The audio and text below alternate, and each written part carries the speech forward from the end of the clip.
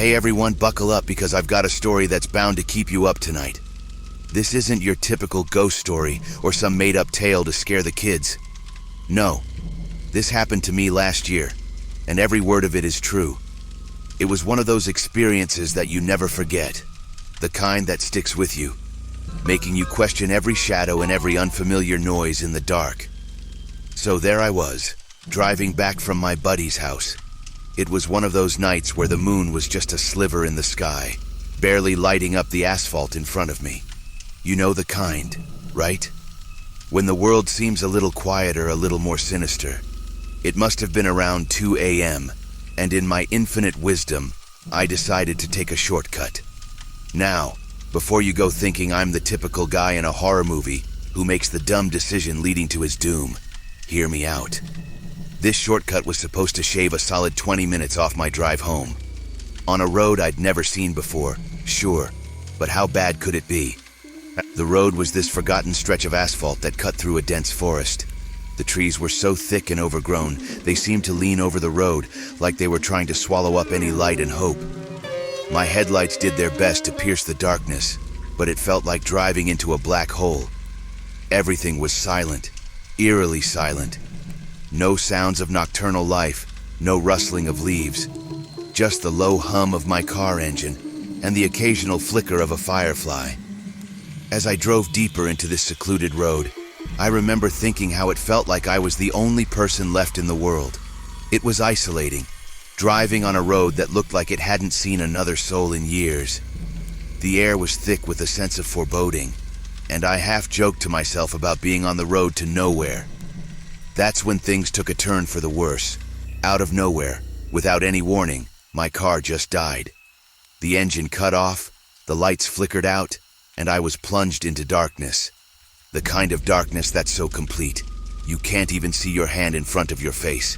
And just like that, I was stranded, in the middle of nowhere, with no cell signal to call for help. Classic, right? Like something straight out of a horror movie, where you're screaming at the screen for the guy not to get out of the car. But what choice did I have? I'm no mechanic, but maybe it was something obvious.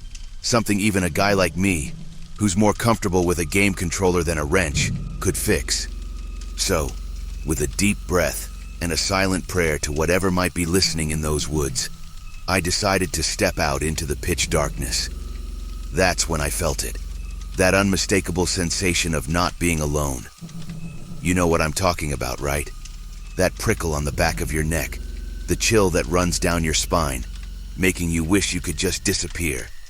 Yeah, that feeling. It washed over me the second I stepped out of the car.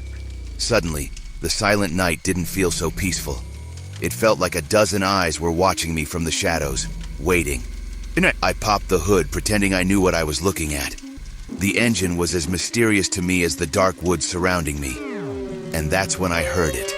A whisper, soft and sinister, cutting through the silence of the night. Standing there with the car hood open like some sort of offering to the gods of the night, I felt ridiculous. There I was, pretending to scrutinize the engine as if I'd suddenly gained mechanical insight by sheer will. The truth was, I wouldn't know a carburetor from a radiator if my life depended on it. My hands hovered over the engine, not daring to touch anything, afraid I'd somehow make things worse. It was one of those moments when you realize how unprepared you are for the adult world, despite all the bravado. I glanced around, hoping maybe a sign would miraculously appear out of the darkness, pointing me to the nearest gas station or, heck, even a hint of civilization. But there was nothing. Just the dense, impenetrable darkness of the woods and the unnerving silence that seemed to press in from all sides. No crickets chirping, no distant sounds of nocturnal animals. Just silence. The kind that feels heavy, almost tangible, like it's smothering you. I decided to give my car another shot, hoping against hope that it would magically spring to life. But when I turned the key, nothing happened. Not even the click, click, click you hear when the battery's dead. It was as if the car had decided to join the night in its silent vigil. That's when the realness of my situation began to sink in. Stranded, in the middle of a forgotten road, surrounded by woods that hadn't felt the touch of humanity in who knows how long. I pulled out my phone.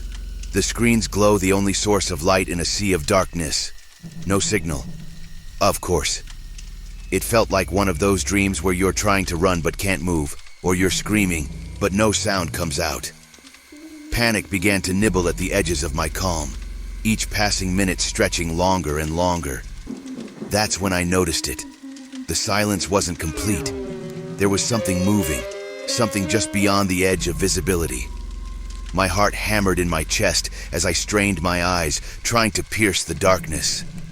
Maybe it was just the wind, I told myself, a desperate attempt to cling to any semblance of rational explanation. But deep down, I knew the night was too still for wind. The air was as motionless as the grave. I considered my options. Stay by the car and wait for daylight or someone to pass by, however unlikely that was, or start walking in the direction I came from, hoping to find help. Neither option was appealing. The thought of stumbling through the dark with only the feeble light of my phone to guide me felt like a direct ticket to becoming a ghost story myself. And yet, the thought of staying put, waiting for whatever was out there to come to me, was even less comforting.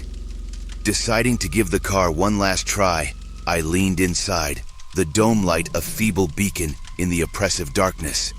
And that's when I heard it for the first time. A whisper. It was so soft, so fleeting, I thought I'd imagined it. I froze, listening hard, and there it was again. A whisper, calling my name, Jake. But it wasn't coming from the woods. It was coming from behind me, from the darkness within the car. For a split second I was rooted to the spot, my breath caught in my throat. The voice was unmistakably calling my name, a whisper that seemed to weave through the darkness directly into my ear. It was a moment of surreal clarity, where every rational part of me wanted to dismiss it as fatigue or a trick of the mind. Yet, the primal, instinctual part of my brain was screaming that something was profoundly wrong. I slowly turned around, half expecting to see someone sitting in the back seat, their face obscured by shadows. But there was nothing. Just the empty car, with its seats bathed in the faint glow of the dome light, and the oppressive darkness pressing against the windows. My heart was pounding so loud I could hear it in my ears, a rapid drumbeat echoing my growing panic. Jake, the whisper came again, closer now, as if whatever was speaking had moved from the car and was now standing right behind me. I wanted to run, to leap into the car and slam the door shut, but my feet felt as if they were glued to the ground. My mind raced, trying to rationalize what was happening. Was I experiencing a breakdown? Had the isolation and stress finally gotten to me? Gathering every ounce of courage I had, I spoke into the darkness, my voice shaky. "Who's there?" I asked, trying to sound braver than I felt. Silence greeted me, the kind of silence that feels like an answer in itself. It was as if the night, the woods, even the air itself was holding its breath, waiting for what would come next. Then, without warning, the whispers multiplied, surrounding me. My name echoed around me in a chorus of whispers, coming from all directions. The sound wasn't menacing, but it wasn't comforting either. It was as if the night had found a voice, and for some unfathomable reason, it knew me. It knew my name. My rational mind was battling with what I was experiencing. This couldn't be happening. Things like this didn't happen in real life. They were the stuff of campfire stories and horror movies, not something a normal guy like me was supposed to encounter on a shortcut home. The whispers grew in intensity, urging me to do something, to respond, to acknowledge them. I felt a pull, an almost physical tug in my chest, drawing me towards the woods. It was an insane thought, to step into those dark, dense trees, following voices that couldn't possibly be real. Yet part of me wondered if the answers to this madness lay within those shadows. Shaking off the ludicrous idea, I focused on the only plan that made any sense, getting my car to start and getting out of there. I needed to escape this nightmare, to find my way back to reality. With a deep breath, I stepped back towards my car, determined to try the ignition one more time.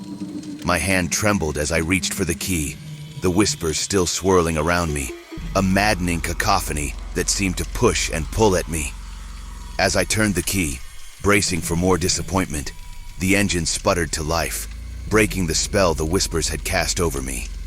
The sudden roar of the engine was the most beautiful sound I'd ever heard, a lifeline thrown to me in the midst of my terror. I didn't wait to see if the whispers would continue, to try and understand what had just happened.